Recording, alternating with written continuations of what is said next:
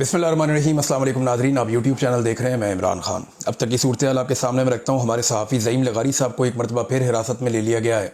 कोई para force बनी हुई है, इन्होंने जो इतनी सारी फोर्सेस बना ली हैं। पहले पुलिस होती थी, FIA होती थी या एजेंसियाँ होती थी, अब एक के बाद एक फ़ोर्स बना रहे हैं। ये वाली फ़लाँ फोर्स है, ये एंटी रॉयड फोर्स है, ये जो है CCD है, ये CTD है, ये फ़लाँ ये SSD है, पता नहीं कौन कौन सी फोर्सेज हैं, बेशुमार उन्होंने बना दी और हर एक से अलग अलग काम ले रहे हैं। अब ज़ईम लगारी साहब क्योंकि कवरेज कर रहे थे, उनके दो गुनाह हैं। एक, वो लगातार एक्सपोज कर रहे हैं पंजाब हुकूमत को, वो बता रहे हैं कि इनकी करप्शन कहाँ पे है, वो ये बता रहे हैं कि ये टके का काम नहीं कर रहे। हर जगह पे जाकर उन्होंने एक्सपोज किया, हर चीज़ उन्होंने दिखाई। चंद सहाफ़ियों को जिनको शाबाश मिलनी चाहिए, उनमें एक ज़ईम लगारी साहब का भी नाम है। बहुत अच्छा काम जो है वो हसनैन रफ़ीक साहब भी कर रहे हैं। उनके अलावा फील्ड के अंदर शाकिर अवान साहब काम कर रहे हैं, उस्मान चौधरी साहब काम कर रहे हैं, बल्कि आगा शेख सरवर, उन्होंने तो कमाल किया। बहुत सारी ऐसी जगहों पे पहुंचे जहां पे बाकी मीडिया नहीं जा रहा। कुछ ख़वातीन हैं, कुछ हजरात हैं, दीगर रिपोर्टर्स हैं। तो डिजिटल मीडिया के लोग बहुत ज़्यादा शाबाश के हकदार हैं। गोंदल साहब ने बहुत, बाकी लोगों ने काम किया, हमारे दोस्त हैं, तो वो सारे शाबाश के हकदार हैं कि डिजिटल मीडिया ने वो काम करके दिखाया। ना सिर्फ लोगों की ज़िंदगियों को महफूज बनाया, बल्कि बार बार हुक्मरानों को झंझोड़ा, बल्कि लगातार जो इंडिया से पानी आ रहा है उसकी इतलात पहुँचाते रहे और उन्हीं के क्लिप्स की मदद से लोगों को इन्फॉर्मेशन मिलती रही कि अब कहाँ कहाँ पानी आने वाला है। वरना पाकिस्तान की जो गवर्नमेंट है और मीडिया है वो तो चीज़ों को छुपा रहा था और ऐसा लगता था कि शायद ये मैक्सिमम डैमेज करना चाह रहे हैं कि ज़्यादा लोग मारे जाएंगे, ज़्यादा पैसे आ जाएंगे। क्या लोगों की लाशें पैसे इकट्ठे करने के लिए होती हैं? तो ज़ईम लगारी साहब एक्सपोज कर रहे थे दो चीज़ों को। एक, उन्होंने अलीम खान को बहुत बुरी तरह एक्सपोज किया और एक, उन्होंने मरियम नवाज को बहुत बुरी तरह एक्सपोज किया। अब इसका बदला लिया गया, ज़ईम लगारी साहब को पकड़ा गया, उनको थप्पड़ मारे गए। कितनी अफसोस की बात यार, एक जर्नलिस्ट है, वो अपना काम करने निकला। पहले तुम सारे झूठे साबित हुए, तुमने ISI को गलत साबित करवा दिया कि ज़ईम लगारी साहब ने जो खबर दी, ISI ने उनको उठा के अगवा करके जबरन लापता किया, 8 दिन के बाद छोड़ा। बाद में साबित हुआ कि ज़ईम लगारी सच्चा था, ISI भी गलत थी, मरियम नवाज भी गलत थी, सारे गलत थे और पूरी दुनिया ने देखा कि वो साबित हो गया। इन्होंने तस्लीम कर दिया कि हम गलत थे, वो प्रोजेक्ट ही खत्म कर दिया बाद में, जिस पे ज़ईम लगारी साहब ने करप्शन की और 2 नंबरी की खबर दी थी। ये जनाब इनकी टोटल औकात है, ये इनकी टोटल हैसियत है। अब उस ज़ईम लगारी को दोबारा, अब वो निहत्ता आदमी है, जर्नलिस्ट है ना, वो कैमरे के साथ और माइक के साथ काम करता है, बंदूक वाला तो नहीं है। उसको पकड़ के थप्पड़ मारे, उसके साथ ज्यादती की गई, उसे ज़बरदस्ती जबरन उसको हिरासत में लिया गया। अब मेरी कुछ जर्नलिस्ट हैं, उनसे बात हुई, उन्होंने कहा जी अभी भी नहीं छोड़ा और हम उम्मीद करते हैं कि किसी एक को बीच में से होश आएगी और गैरत आएगी और ज़ईम लगारी साहब को रिहा किया जाएगा। इस हुकूमत से तो हमें किसी किस्म की कोई उम्मीद नहीं है और अगर नहीं छोड़ेंगे तो हम अदालत में जाएंगे, हम जोर लगाएंगे, कोशिश करेंगे, हम तो अपने भाई को छुड़वा लेंगे इंशाल्लाह। ज़ईम लगारी बाहर आ जाएंगे, आके अपना काम शुरू कर देंगे। लेकिन ये नफरत जो बढ़ती चली जा रही है ना, या जो जुल्म और ज्यादती हो रही है, इसे हम हमेशा याद रखेंगे और हर मौके पे याद दिलाएंगे भी कि जो जुल्म हमारे साथ इस वक्त एस्टेब्लिशमेंट ने किया और एस्टेब्लिशमेंट के चहीतों ने किया, उसकी तारीख में किसी किस्म की कोई मिसाल मिलती नहीं है। मरियम नवाज साहबा नाज़रीन एक के बाद एक टिकटॉक बना रही हैं, उसके अलावा कोई काम नहीं। धड़ाधड़ टिकटॉक बन रहे हैं और कुछ नहीं हो रहा। यानी एक जगह के ऊपर एक सेट लगाया जाता है, वहां पे लोगों को बिठाया जाता है, ये जाती हैं, जाके 1-2 औरतों को जफ्फियां डाल ली, किसी के साथ बात कर ली, किसी को करीब बिठा लिया, किसी की रेस्क्यू करके दिखा लिया। वो एक फिल्म सी बनती है, उसको बाद में चलाया जाता है। जनाब बहुत ज़बरदस्त मरियम नवाज रेस्क्यू कर रही। वज़ीर आला ने खुद जाके ग्राउंड के अंदर अगर काम नहीं भी करना ना, ये एक जेस्चर तो होता है जो बहुत अच्छा होता है, ये सबको देना चाहिए, बड़ी अच्छी बात है। लेकिन ग्राउंड पे काम भी तो होना चाहिए, ये खाली ड्रामे तो नहीं होने चाहिए। आप पूरे पंजाब में जहां मर्जी पूछ लें, कोई काम नहीं हो रहा। रेस्क्यू वालों ने सबसे ज्यादा काम किया, मेरे ख्याल में उनकी मैक्सिमम जो पहुंच है वो 10% लोगों तक भी नहीं होगी। सबसे ज्यादा काम रेस्क्यू ने किया। रेस्क्यू के बाद अगर किसी ने काम किया तो वो सबसे ज्यादा काम तो मकामी लोगों ने खुद किया ना, अपनी मदद आपके तहत, प्राइवेट लोगों ने की एक दूसरे की मदद। दूसरे नंबर पर रेस्क्यू है, बाकी फौज और दीगर अदारे वो बहुत पीछे रह गए हैं। लेकिन सवाल यह पैदा होता है कि जो रेस्क्यू है वो भी 10% लोगों तक नहीं पहुंच पाया, तो फिर हुकूमत किस कारकर्दगी का दावा करती है? अब एतवार वाला दिन है, वैसे भी स्कूलों की छुट्टियां चल रही हैं, वहां ब्लैक बोर्ड के ऊपर व्हाइट बोर्ड है, उसके ऊपर खड़े करके बच्चे को बताओ बेटा ये लिख के दिखाओ, ये पढ़ के दिखाओ, ये करके दिखाओ। ये क्या चल रहा है भाई? वो लोग भूखे हैं, वो परेशान है, उन्हें मदद की जरूरत है। लोग डूब रहे हैं पानी के अंदर, इनके ड्रामे खत्म नहीं हो रहे, इनकी टिकटॉकें बन रही हैं हर जगह पे। ये कश्तियों में सैरे कर रहे हैं, हेलीकॉप्टरों में सैरे कर रहे हैं। अब इन्होंने जनाब वो जो राशन के डब्बे हैं ना, मैंने आपसे कुछ कहा था, आपको याद होगा, ये जरा क्लिप आप सुने, मैंने क्या कहा था, इसको सुने, बल्कि इसके ऊपर हम आपको साथ साथ दिखाते हैं जनाब कि ये इन्होंने किया क्या है। ये सुने जरा क्लिप, याद रखिएगा, आपको नजर आएंगे।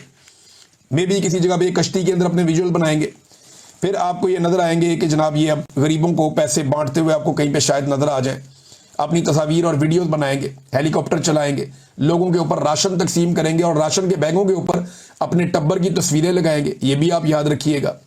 बैरूनी दुनिया से इस सैलाब के बाद ये अपील कर देंगे कि जनाब हमें भीख दी जाए, हमें इमदाद दी जाए, हमारे लोग लुट गए, मर गए, बर्बाद हो गए। फिर नए नगमे जारी किए जाएंगे, म्यूजिक जारी किया जाएगा, अखबारात का पेट भरा जाएगा, इश्तिहार दिया जाएगा, टीवी के ऊपर नगमे और अपीलें चलाई जाएंगी, इमदाद इकट्ठी की जाएगी और फिर ये एक मरतबा दोबारा सैलाब मुतासरीन का माल उसी तरह खा जाएंगे जैसे ये हमेशा सैलाब मुतासरीन का माल खाते रहे। तो नाज़रीन, जो मैंने कहा था वही हुआ। मैंने आपसे कहा था कि हेलीकॉप्टरों पे जाएंगे, वहां गए, कश्तियों में जाएंगे, वहां गए, राशन के ऊपर अपनी फोटो चिपकाएंगे, लग गई ना फोटो। ये अब आप देखें, जो राशन के डब्बे आ रहे हैं पंजाब में, उनके ऊपर मरियम नवाज का फोटो और नाम लिखा हुआ। क्यों जी? ये किसी के बाप का पैसा है कि अपनी फोटो चिपका दी साथ में? भाई गवर्नमेंट ऑफ पाकिस्तान का पैसा है, अवाम का पैसा है, टैक्स का पैसा है, किसी पे कोई एहसान नहीं कर रहा। खैबर पख्तूनख्वा में वहां की हुकूमत ने 100 बुराइयां अली अमीन गंडापुर में होंगी, इमरान खान के भी गलत डिसीजन होंगे बहुत सारे, लेकिन खैबर पख्तूनख्वा में भी एक हुकूमत है ना। उन्होंने अवाम को जब रिलीफ दिया तो किसी एक खाने के ऊपर, किसी एक जगह के ऊपर, क्योंकि वो जाती पैसे से नहीं दे रहे थे। देखिए, अगर कोई जाती पैसे से दे रहा है, कोई अपनी जेब से दे रहा है, तो चलो वो ये कर सकता है, लेकिन जो अवाम का पैसा खर्च कर रहे हैं उसमें अपनी फोटो चिपकाने की क्या जरूरत है? अब मरियम नवाज साहबा का हर डब्बे के ऊपर फोटो लगा हुआ है, जनाब ये मरियम नवाज साहबा ने दिया, ये मरियम नवाज साहबा ने दिया, ये मरियम नवाज साहबा का डब्बा आया जी। और जो लोग बेचारे अपनी मदद आपके तहत आते हैं, खाना लेकर आते हैं, चीजें लेकर आते हैं, उन्हें देने नहीं देते। वो कहते हैं जी मरियम नवाज का बैनर पोस्टर लगाओगे तो तब हम आपको अवाम की मदद करने देंगे, अदरवाइज हम अवाम की मदद भी नहीं करने देंगे। ये वहां पे खड़े हुए सरकारी महकमे ये काम कर रहे हैं। तो जनाब राशन पे भी अपनी फोटो चिपका दी, हालांकि किसी और जगह पे ऐसा नहीं हुआ, लेकिन ये करते हैं ना। मुझे अच्छी तरह याद है कि 2010 के सैलाब में PMLN की पंजाब में हुकूमत थी, तो नवाज शरीफ का फोटो चिपका दिया था इन्होंने बोरी के ऊपर। तो मैंने उनसे पूछा ब्यूरोक्रेसी से, मैंने कहा जी मियां साहब का क्या तल्लक है? वो तो कुछ भी नहीं है, तब तो नवाज शरीफ साहब कुछ भी नहीं थे। मैंने कहा मियां साहब किधर से बीच में आ गए जनाब, इनका पंजाब में क्या ताल्लुक है? ना ये हुकूमत में है, ना ये अपोजिशन में है, ना किसी चीज में है। उनका फोटो नहीं जी, ये उनका विजन है, उनकी पार्टी है। ब्यूरोक्रेट्स मुझे ये बात उस वक्त क्लैरिफाई कर रहे थे। तो ये खानदान इसी डगर पे चलेगा हमेशा, इनका ये वतीरा है। ये अवाम की मुसीबत को भी एक अपॉर्चुनिटी के तौर पे लेते हैं, उसमें दिहाड़ियां लगाते हैं, जैसा कि इन्होंने किया उस पैसे के साथ जो पैसा पाकिस्तानियों को मिला इमदाद के तौर पे। 11 अरब डॉलर्स के प्लेजेस थे। पाकिस्तान ने जो IMF से पैसा मांगा 3.25 साल में, वो 7 अरब डॉलर है, 7 बिलियन यूनाइटेड स्टेट्स डॉलर्स। हमें 11 अरब डॉलर के प्लेजेस हुए थे। ये हुकूमत ने दावे किए थे, मैं तो नहीं कह रहा। ये हुकूमत कह रही थी, इनके वज़रा कह रहे थे, सारे इकट्ठे होकर गए थे लटरम पटरम। वहां इन्होंने रोला डाला हुआ था कि जनाब 11 अरब डॉलर इकट्ठे हो गए, प्लेजेस हो गए, हमें मिल गया पैसा। शर्त क्या थी कि आप प्रोजेक्ट बनाते जाए, हम पैसे देते जाएंगे, आप प्रोजेक्ट बनाते जाए, हम पैसे देते जाएंगे। मिसाल के तौर पे एक प्रोजेक्ट जो है वो 1 अरब डॉलर का है, तो आप उसको पहला फेज करेंगे, तो उसके ऊपर अगर आपके 300 मिलियन डॉलर लगे तो आप बता देंगे 300 मिलियन डॉलर का हमने काम कर दिया। फिर वो अगला पैसा जारी कर देंगे, आप बाकी काम कर देंगे, फिर अगला पैसा जारी कर देंगे, आप बाकी। आपने रिपोर्टें जमा करवाती जाने, पैसे आते जाएंगे। वो पैसा उन्होंने प्लज कर दिया था पाकिस्तान के लिए कि पैसा पाकिस्तान के लिए पड़ा है, पाकिस्तान ये 11 अरब डॉलर सैलाब मुतासरीन के लिए जितने मंसूबे शुरू करना चाहता है करे। ये पैसा जैसे जैसे मंसूबे मुकम्मल करके हमें रिपोर्टें भेजते जाएंगे, हम इनको पैसा जारी करते जाएंगे। एक रिपोर्ट नहीं है, एक रिपोर्ट भाई, एक हो ना सिर्फ। मैं कोई 10, 50, 100, 1000 का नहीं कह रहा, वरना हजारों प्रोजेक्ट हैं जो इन्हें शुरू करने चाहिए थे और शुरू करने के बाद उनको मुकम्मल करना चाहिए था, और वो पैसा जो पाकिस्तान के लिए मुख्तस किया गया था वो पैसा पाकिस्तान में लाना चाहिए था। एक प्रोजेक्ट ये रिपोर्टें नहीं दे सकते। टके का काम इन्होंने सैलाब मुतासरीन के लिए नहीं किया। अब ये जाएंगे, जाके दुनिया को कहेंगे जनाब पैसा दे दे हमें, हमारे मुल्क में सैलाब आया हुआ है। दुनिया ने ठेंगा दिखाएगी कि पहले भी तुम्हें सैलाब आया था, तुमने टके का काम करके नहीं दिखाया, अब तुम वही हुकूमत है, वही लोग हैं, वही शक्लें, अब तुम काम करोगे, इसकी क्या गारंटी है?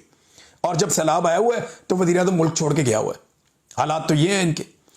तो नाज़रीन, ये जो पैसा हमारे लिए मुख्तस किया था उसको भी इन्होंने ज़ाया किया। और मरियम नवाज का टिकटॉक सिर्फ बनेगा, शहबाज शरीफ का टिकटॉक बनेगा। अब चाइना गए, वहां पे बनेगा। सुना आगे जापान भी जा रहे हैं शहबाज शरीफ साहब, तो चले देखते हैं। लेकिन इन हुक्मरानों की जो हालत है ना, वो श्रीलंका के हुक्मरानों से मुख्तलिफ नहीं होनी। इनकी हालत जो है ना, वो बांग्लादेश के हुक्मरानों से मुख्तलिफ नहीं होनी, बल्कि जो अब इंडोनेशिया में हो रहा है ना, ये उस तरफ चल नहीं रहे, भाग रहे हैं, एस्टेब्लिशमेंट को साथ लेकर भाग रहे हैं, उसी तरफ भाग रहे हैं। इंडोनेशिया में क्या हुआ था, छोटी छोटी चंद चीजें हुई और हुकूमत ने लोगों को तंग किया। ये लगातार एक जुल्म और जबर जब बढ़ता है तो फिर एंड ऑफ द डे यही होता है जो वहां पे हुआ इंडोनेशिया में। एहतजाजी मुजाहरे उस वक्त शुरू हुए जब 580 अरकान पार्लियामेंट की जो रिहायशी अलाउंसेज हैं, वो इंडोनेशिया की जो एक एवरेज माहाना इनकम है एक आदमी की, उससे 20 गुना ज्यादा उन्होंने कर दिए।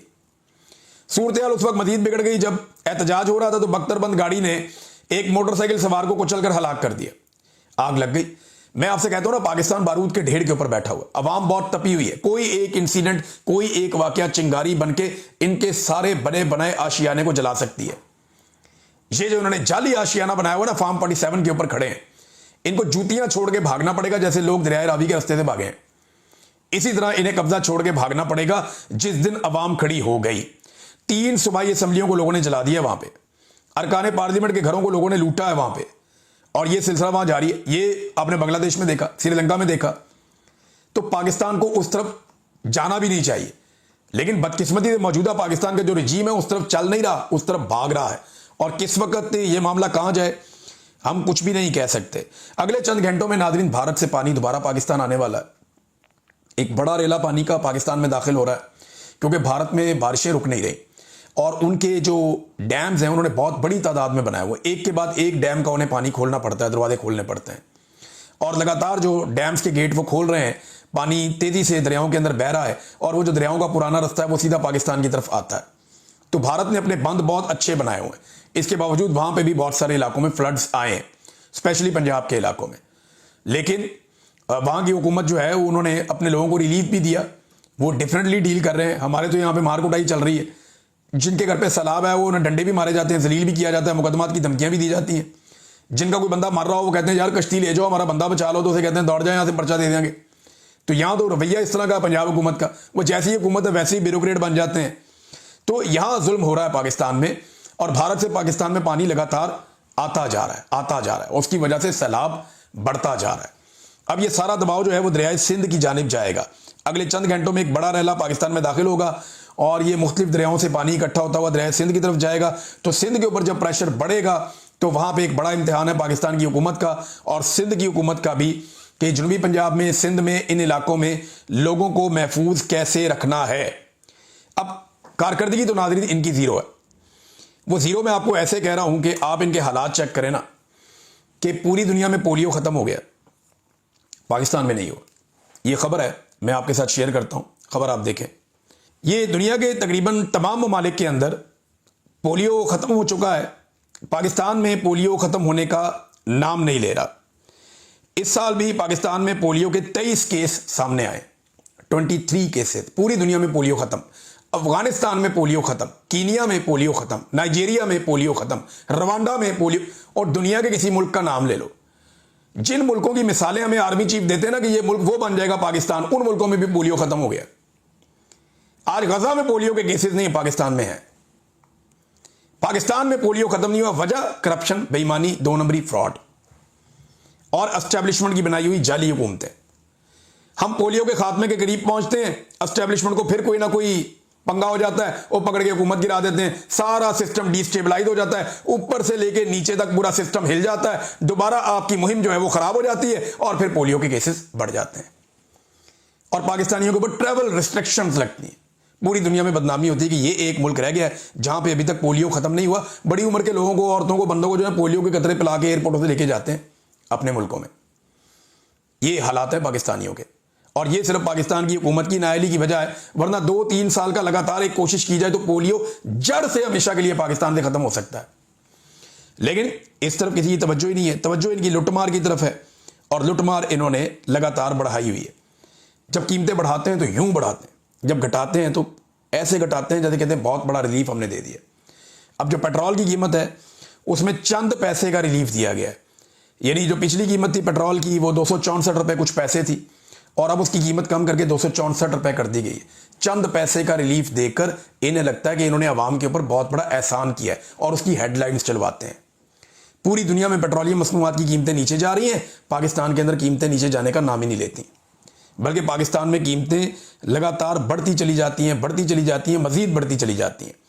नादरीन, दरियाओं के अंदर सोसाइटियों की बात हो रही है जो पानी के रस्तों पे बनी हुई है, दरियाओं के अंदर बनी हुई है और लगातार वो पाकिस्तान को डैमेज कर रही हैं। पाकिस्तानियों का बहुत पैसे का नुकसान भी हुआ, लेकिन इन माफियाज ने बहुत पैसा बनाया एस्टेब्लिशमेंट की आशीर्वाद से।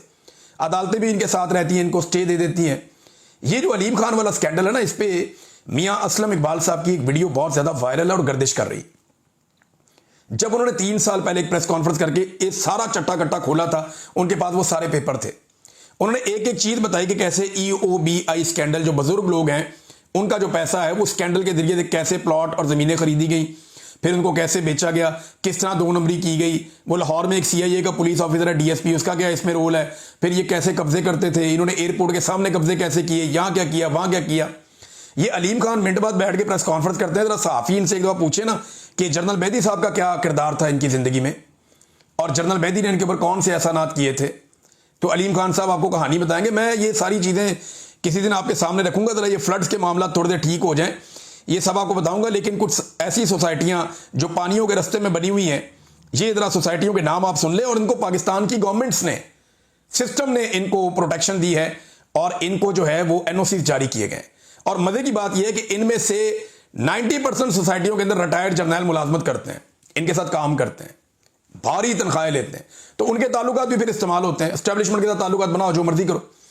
अब इसमें पार्क व्यू सोसाइटी है, ब्लू वर्ल्ड सिटी है, फैसल हिल्स है, मुमताज सिटी है और लेक व्यू है, गुलबर्ग ग्रीन है, यूनियन डेवलपर्स है, बैरिया टाउन है, बैरिया खरीदार है, अलहरम सिटी है, एयरवे लगूना है, अर रहमान गार्डन्स है, अर रहीम टाउन है, अल कबीर टाउन है। ये सोसाइटियां में अभी बाकियों के नाम और भी बाकी हैं। ये वो हैं जिन्होंने तबाही फेरी है और दरियाओं के अंदर जाके सोसाइटियां बना दी। भाई दरिया के अंदर सोसाइटी का NOC कैसे हो सकता है? भाई वो पुल बना हुआ है, सामने से पानी दरिया के नीचे से निकल के आना है। अब दरिया पतला हो गया, कम हो गया, तो आप दरिया के अंदर घर बना लेंगे। भाई जिस दिन पानी आएगा, बारिश आएगी, दरिया का पानी पूरा होगा, ये इन घरों के ऊपर से गुजर जाएगा। और वही हुआ है सोसाइटी के अंदर, वही हुआ है। आप जितना मर्जी बंद बांध लें, आप दरिया का रास्ता तो नहीं रोक सकते, बंद के ऊपर से आ जाएगा पानी। तो ये इन्होंने दरियाओं के अंदर सोसाइटियां बनाई हुई हैं और आज ये कहते हैं इमरान खान कसूरवार है। इमरान खान इसका NOC देता ही नहीं था। ये मियां असलम की जो प्रेस कॉन्फ्रेंस है, ये उसकी गवाही दे रही है। अब इस वक्त ग्राउंड में नादरीन जो लोग मदद कर रहे हैं, उसमें पाकिस्तान तहरीक इंसाफ के कारकुन पेश हो गए हैं।